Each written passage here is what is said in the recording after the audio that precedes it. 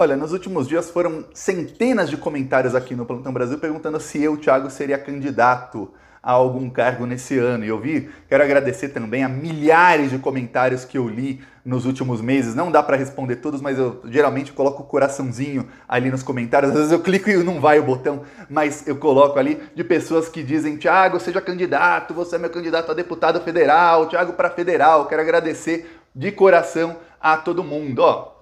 Dito isso, desde o final do ano passado, muita gente do PT conversou comigo, falou: Thiago, você tem que ser candidato em 2022, você vai conseguir puxar muitos votos para o Lula e você vai conseguir fazer uma revolução na comunicação que não foi praticamente inexistente nos governos Lula e Dilma, ou tanto que os governos Lula e Dilma fizeram pelo Brasil, e a Dilma saiu escorraçada da presidência com 8% apenas de aprovação, não conseguiram levar a população às benfeitorias do PT. Muita gente foi beneficiada pelos programas do governo e ficou sem saber disso.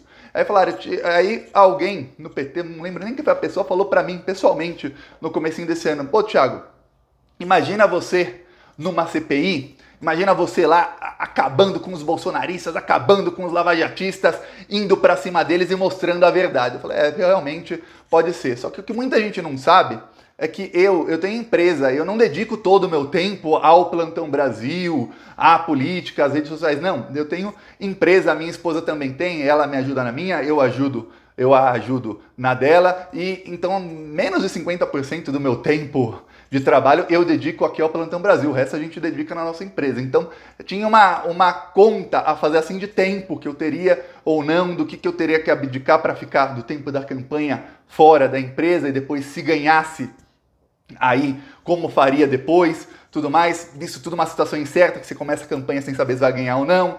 Então eu continuei falando com o pessoal do PT, até que eu lembrei de uma frase que o Lula falou em março desse ano, comecinho do mês. Ele falou o seguinte, ele falou: olha, se você quer mudar o Brasil, você tem que ser a mudança que você quer no Brasil. Você quer que as coisas melhorem? Você quer que tenham... Você acha que os políticos são todos bandidos? Então vai lá você. Se você é honesto, vai lá você. O Lula falou isso num discurso dele. Eu falei, realmente, tenho que se eu acho que eu vou lá e eu consigo fazer, eu tenho que eu mesmo.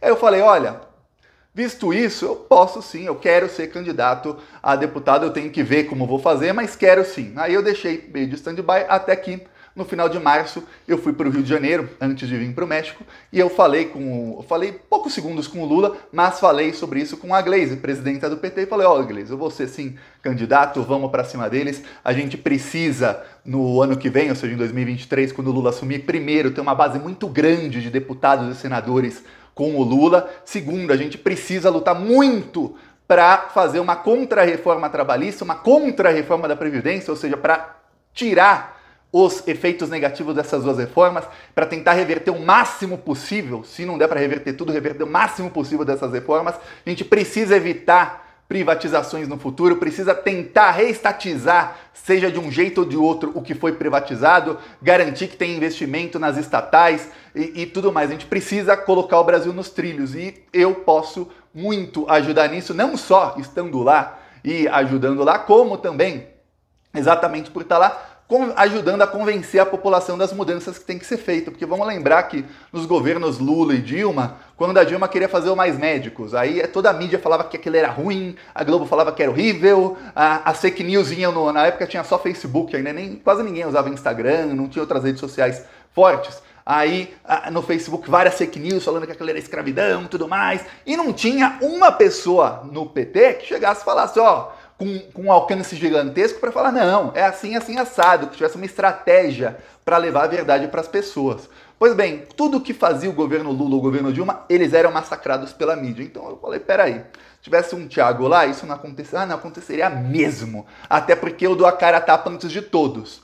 Inclusive a gente faz aqui no TikTok, faz no YouTube, tem um alcance gigantesco os vídeos do Plantão Brasil. Eu lembro até quando eu tava voltando pro Brasil, eu tava falando com a Gleisi, ela falou, toma cuidado que você é o cara mais visado do PT, mas até que os deputados do partido, tem muita gente que conhece a cara do Thiago e não pode ver 20 deputados do PT juntos na rua, não vai saber quem é nenhum deles, mas sabe quem é o Thiago.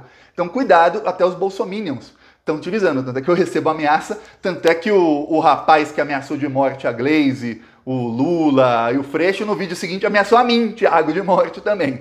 Tá, o rapaz que tá preso lá. bolsominion. Tá, aí começa a história. Veja bem, você deve estar pensando, você vai ser candidato, Thiago, qual é o seu número? Não. Aí começa a história agora, não sabemos ainda. Por quê? Porque o que aconteceu foi o seguinte, em junho, o PT me avisou que tinha um problema na minha filiação com o PT. Pois bem, eu sou filiado ao PT desde julho de 2017, quando o juiz ladrão Sérgio Moro condenou o Lula na primeira instância, no caso do sítio de Atibaia. O PT fez uma campanha online de filiação ao partido e eu me filiei ao PT. Saiu até matéria na mídia naquela época que o PT tinha tido o maior número de filiações da história naquela semana. E eu fui um desses filiados daquela semana. Ok, eu tinha o meu título de eleitor em Alagoas. Hoje eu tenho em São Paulo, depois que eu voltei para o Brasil. Eu fiquei em São Paulo e mudei para São Paulo, meu domicílio, que eu pensava sendo candidato ou não, porque eu votaria em São Paulo. Tá, e eu sou paulista.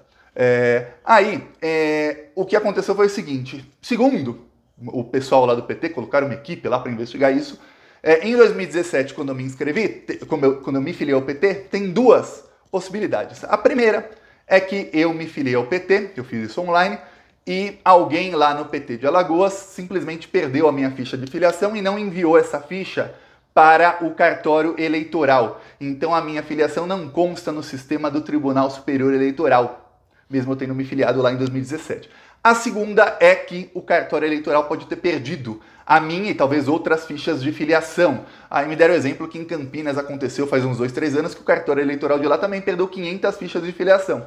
E ninguém fica sabendo, porque o partido envia as fichas para o cartório eleitoral e a cada 6 meses eles atualizam no sistema do TSE os filiados. Então você fica afiliado no partido, você tem os seus direitos no partido, mas na Justiça Eleitoral só a cada 6 meses que atualizam a lista de filiados de cada partido. E às vezes acontece de a Justiça Eleitoral ou o cartório eleitoral perder isso, ou de ser erro do próprio partido. Pois bem, então, o pessoal me deu toda a assessoria possível, a gente entrou na Justiça para me incluírem na lista de filiados. Só que a Justiça no Brasil é o seguinte aqui, se o juiz não é bolsominion, juiz ou juíza, aí ele vai julgar, vai ver os argumentos e julgar na lei. Se o juiz ou juíza é bolsominion, aí não tem lei, né? A lei do bolsominion é o seguinte, se é bolsominion, é tudo para eles, a gente vê aí o Cássio Nunes Marques na STF, né? Se não é bolsominion, a gente ferra. Pois bem, não sei se a juíza que julgou o caso na primeira instância é bolsominion ou não, mas ela nem sequer leu a petição, nem sequer leu as provas de que eu sou filiado, todas as provas, ficha de filiação, e-mail, os e-mails que eu recebi do partido de 2017 até hoje, que inclusive e-mail de recadastro de filiados, tudo provando que eu sou filiado. Ela nem sequer leu, ela deu uma decisão de 3 linhas, nem 3 linhas, 2 linhas, a terceira linha tinha só metade, 2 linhas e meia. A decisão da juíza que nem sequer leu, dizendo não, simplesmente não, para você não, Thiago. Ou seja, o Tarcísio de Freitas não é nem de São Paulo, pode ser candidato sim, ó. O Eduardo Cunha é condenado em segunda instância, não interessa. Se ele conseguir lá algum documento da STF, pode ser candidato. Ó, o Arruda lá, candidato. Todo mundo pode. Você não, Thiago. Você não. É assim a lei no Brasil. Então está na segunda instância. O que acontece é o seguinte, eu não queria falar sobre ser candidato antes de que isso fosse julgado. Por quê? Porque eu falo, eu sou candidato, as pessoas se empolgam, a gente começa a arrecadar vaquinha para campanha, todo mundo que registra a candidatura, e eu cheguei a registrar. Tem que criar contas bancárias, tudo mais, as pessoas começam a doar, imagina lá na frente, chega o juiz e fala, não, você não pode. Aí é um problema para mim, para os apoiadores do canal, prejudica até o PT indiretamente. Então eu falei, não, peraí, vamos esperar. Se o juiz falar que pode, aí sim a gente vai com tudo, e aí eu sei que, exatamente por eu ser a pessoa mais odiada pelos bolsonaristas, o que mostra que a gente aqui está no caminho certo, né? Eles vão tentar impugnar minha candidatura com todos os argumentos imbecis possíveis, fazer o lawfare que eles já fazem comigo. Ó, o Daniel Silveira fez notícia crime contra mim, aí aquele outro deputado bolsonarista, até mostrei aqui, o Carteiro Reaça lá, também fez notícia crime contra mim, vários me colocando na justiça, o lawfare deles, assim, tá a todo vapor. Lawfare, para quem não sabe, é usar processos para perseguir alguém, fazendo a pessoa gastar fortunas com o advogado, e assim você acaba com a vida da pessoa. Então o lawfare dos bolsonaristas comigo tá a todo vapor. Imagina Thiago candidato. É que eles iam entrar na justiça mesmo, com ou sem argumento, a maioria das vezes, assim como o Daniel Silveira quando entrou contra mim, sem argumento nenhum. Tanto é que no caso do Daniel Silveira, o juiz falou, olha, você pode fazer uma peça bonita, escrever bonito, mas você tem que ter o mínimo de provas, senão não dá nem para eu começar o caso aqui, ó. E deu um esporro lá no no advogado do Daniel Silveira. Pois bem, então eu estava esperando isso, porém não foi julgado ainda. Eu não imaginava que não seria julgado até começar a campanha. Eu cheguei a registrar a candidatura. Quem registra a candidatura obrigatoriamente começa um processo na Justiça Eleitoral em que eles verificam todos os requisitos para ser candidato, verificam as contas da campanha, mesmo que eu não faça a campanha, mesmo que no final dê errado e eu não seja candidato, por ter registrado a candidatura eu preciso ter um advogado, registrar as contas da campanha. No caso, minhas contas até o momento são zero, que eu não arrecadei nada e não pretendo arrecadar um centavo até que tenha uma confirmação.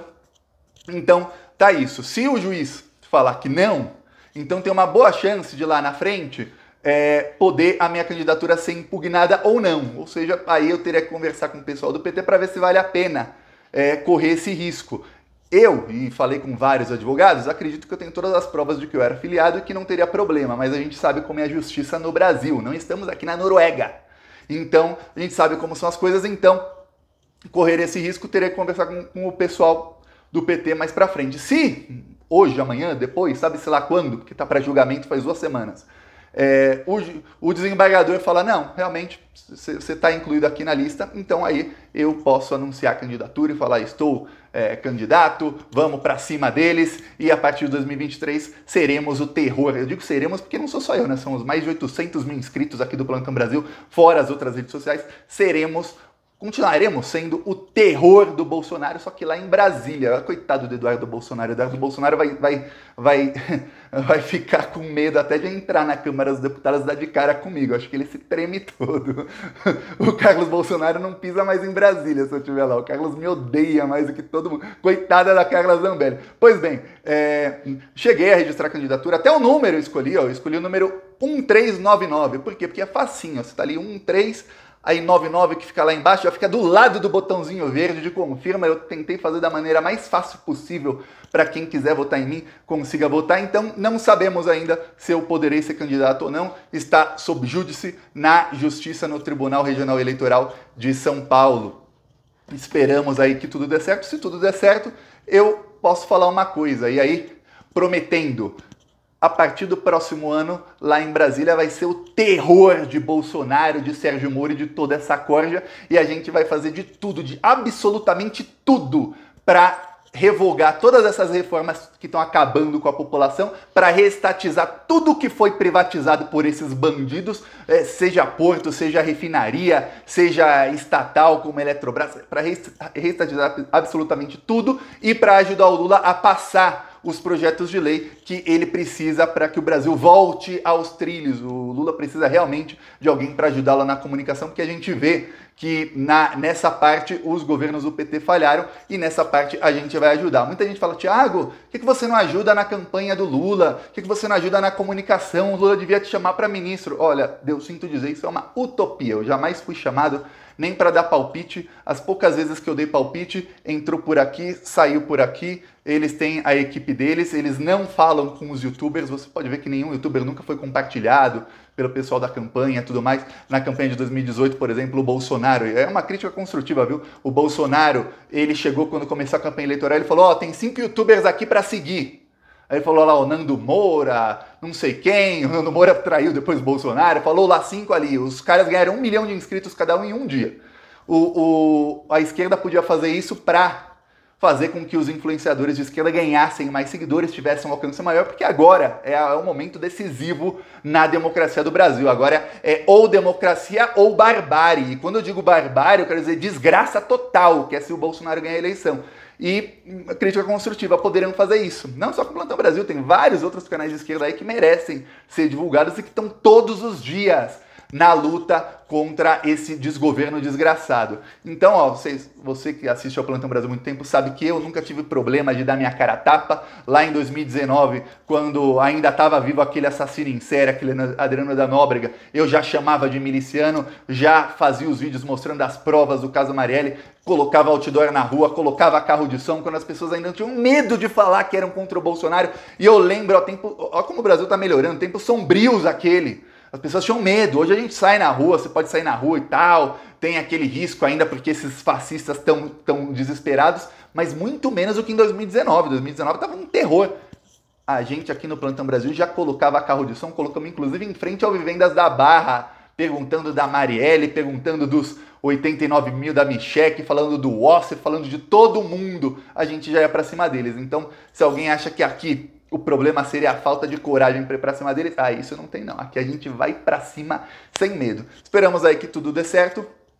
Peço que você compartilhe aí o vídeo, deixe seu comentário, eu vou ler aí os comentários e vamos continuar indo pra cima desses malditos, seja aqui ou seja, se tudo der certo, lá em Brasília. Falou!